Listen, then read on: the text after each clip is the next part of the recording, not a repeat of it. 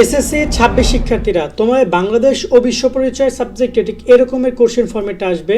আজকে আমরা তোমাদেরকে সৃজনশীল নৈবেদিক একটা ফুল মার্কেটের সাজেশন দিচ্ছি। অনেকেই অন্যান্য সাবজেক্টের ভিড়ে, বিশেষ করে বিজ্ঞানের শিক্ষার্থীরা তো অনেকগুলো প্যারা আছে, গ্রুপ সাবজেক্ট, মেইন সাবজেক্ট, তো অনেকেই সাবজেক্টে অনেক বেশি ইম্পর্টেন্স দাও না, এড়িয়ে যাওয়ার চেষ্টা করে, মনে করে একটা পড়লেই হবে। তুমি যদি ভালো করে পড়ো তাহলে অন্তপক্ষে হ্যাঁ 2-3 দিন সময় দিলে এই সাবজেক্টটা তোলা সম্ভব, এ প্লাস পাওয়া সম্ভব। তো চলো কীভাবে কী পড়বে, আমাদের যে সাজেশন শিট আছে সেটাও তোমাদেরকে দেখিয়ে দিব, যাতে করে তোমরা তোমাদের প্রিপারেশন লেভেলটা অনেক ভালো হয়। তো আমরা আজকে শুরু করে মূল টপিকে যাব। তার আগে তোমরা যারা আমাদের কোর্সে জয়েন দিতে চাও, এরকমই শিটগুলো সংগ্রহ করতে চাও, সকল বিষয় বাংলা ইংরেজি থেকে সকল বিষয়ে বিস্তারিত দেখে নাও। এসএসসি 26 শিক্ষার্থীরা শেষ সময় এসে কি পড়বা আর কি পড়বা না বুঝতে পারছো না, তারা জয়েন হতে পারে আমাদের সাজেশন কোর্সে। কেননা এই সাজেশন কোর্স থেকে তোমাদের 90% পরীক্ষা প্রশ্ন কমন পড়বে। প্রত্যেকটা অধ্যায়ভিত্তিক সৃজনশীল, সংক্ষিপ্ত এবং নৈবেত্তিক প্রশ্ন উত্তর সহকারে আমরা দিয়ে দিয়েছি, যার বাইরে থেকে ইনশাল্লাহ আশা করি কোনো কিছু আসবে না। এছাড়াও তোমরা এই শিটগুলো চাইলে নিজে ডাউনলোড করে প্রিন্ট আউট করে নিতে পারো বা মোবাইল থেকেও পড়তে পারো।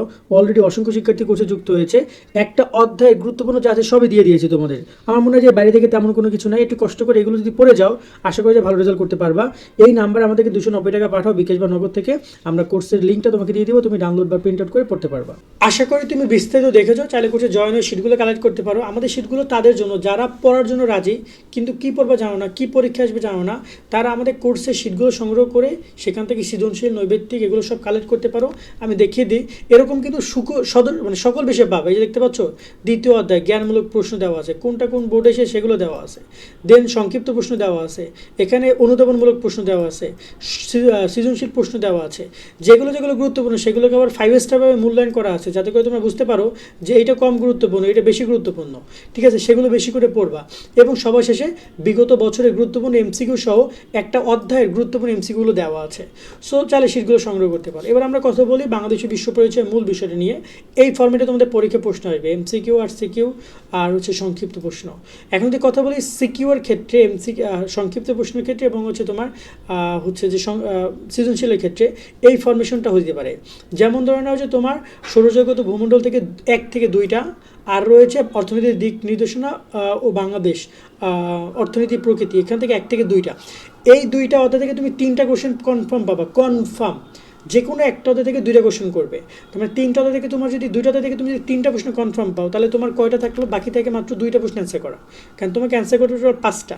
সো মানে তুমি অবশ্যই তৃতীয় অধ্যায় এবং 11তম অধ্যায় পড়বা, তার সাথে তুমি আর 2টা অধ্যায় সিলেক্ট করবা। সেটা আমি বলেছি জাতীয় সম্পদ, অর্থনৈতিক ব্যবস্থা এবং বাংলাদেশের স্বাধীনতা।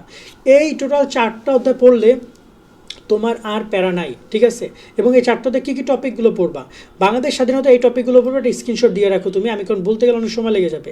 যেগুলো 5 স্টার সেগুলো বেশি গুরুত্ব দিবা। তোমরা সৌরজগৎ ভূমণ্ডলের এই টপিকগুলো পড়বা, এটাও তোমাদের জন্য গুরুত্বপূর্ণ। এই অধ্যায় থেকে 2টা পর্যন্ত কোশ্চেন আসতে পারে, এই অধ্যায়টা বেশি ইম্পর্টেন্ট তোমাদের জন্য। টোটাল 1-2 গেল, আর রইলো এখানেও কিছু টপিক আছে। রাষ্ট্র নাগরিকতা এই অধ্যায়টা পড়তে পারো, এই অধ্যায় থেকে তোমার সৃজনশীল আসবে, তবে তুলনামূলক এটা আসবে, তবে দেখা যায় যে কম গুরুত্বপূর্ণ আমি মনে করেছি।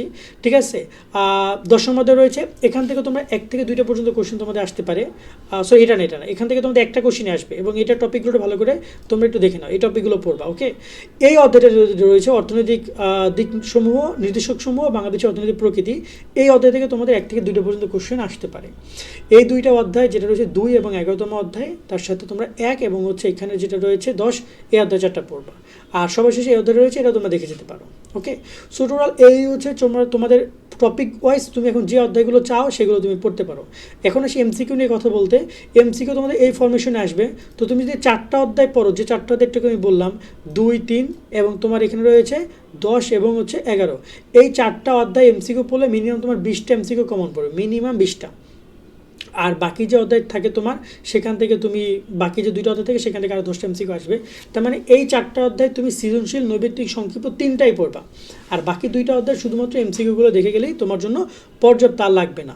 ঠিক আছে, এখন এসে টপিক ওয়াইজ তুমি কীভাবে কি কমপ্লিট করবে। দেখো আমাদের শিটগুলো খেয়াল করো, এখানে প্রত্যেকটা প্রশ্ন তোমার যেগুলো বিগত সালে এসেছে সেগুলো তোমার জন্য অনেক বেশি গুরুত্বপূর্ণ, এবং সেখানে বুঝতে হবে যে কোনটা কোন বোর্ড এসেছে। যেমন ধরো না যে এই কোশ্চেনটা সিলেট বোর্ডও আসছে, আবার এই যে দুইটা ক খ আছে এগুলো কিন্তু বিভিন্ন বোর্ড এসেছে, যেমন চট্টগ্রাম বোর্ড 16, বরিশাল বোর্ড 23-এ এই কোশ্চেনগুলো দিয়ে দিয়েছে তারা। তো তোমরা এই টাইপের যে কোশ্চেনগুলো রয়েছে এগুলো বেশি করে সলভ করবা, যাতে করে তোমাদের পরীক্ষায় সেগুলো কমন বেশি আসবে, দেখবা তোমরা কমন পেয়ে যাবা, ঠিক আছে।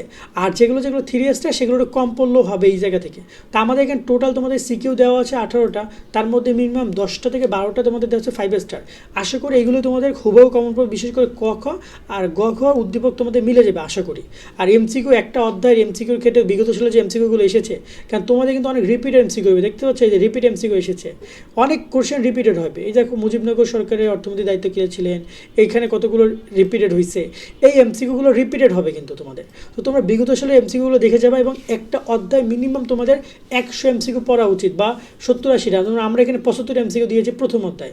আমরা যদি যাই দ্বিতীয় অধ্যায় এমসিকিউ বেশি আছে, দ্বিতীয় অধ্যায় অনেক বড় অধ্যায়, তো সেখান থেকে সিকিউর পরিমাণও বেশি, আবার এমসিকিউ পরিমাণও বেশি। ওকে, যদি সিকিউ দেখে সিকিউ টোটাল 31টা, যার মধ্যে হয়তো বা 15 থেকে 20টা সিকিউ 5 স্টার দেওয়া আছে, আর এমসিকিউ মনে হয় মিনিমাম 100 এমসিকিউ থাকার কথা।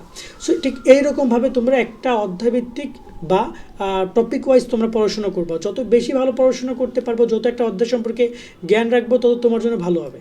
টোটাল 124টা এমসিকিউ আছে এখানে। অধ্যায়ভিত্তিক বিষয়টা কীরকম আমি আরেকটু ভালোভাবে বুঝিয়ে বলি। একটা অধ্যায়ের চেষ্টা করবো, অধ্যায় যদি সৃজনশীল আসে সেটা দিয়ে জন্য এমসিকিউ যদি আসে কোনো কারণে, সৃজনশীল পড়েছো এমসিকিউ আসে তুমি অ্যান্সার করতে পারো। আবার তুমি পড়েছো এমসিকিউ কিন্তু আসতে সংক্ষিপ্ত, তুমি যদি অ্যান্সার করতে পারো, মানে বুঝে পড়লে তুমি যে কোনো কোশ্চেন অ্যান্সার করতে পারবা। তো ঠিক সেরকমের মেন্টালিটি রাখবা। ওকে, তো আজকের মতো ভিডিও এখানে শেষ করে, যারা আমাদের কোর্সে জয়েন হয়ে শিটগুলো কালেক্ট করতে চাও এরকমের, শুধুমাত্র কিন্তু এই সাবজেক্টে পাবা না, এরকম সকল বিষয়ে শিট পাবা, সকল বিষয় মানে সকল বিষয়। সো আমাদের সাথে যুক্ত হতে পারো। ভালো থাকবে সকলে, আল্লাহ হাফেজ।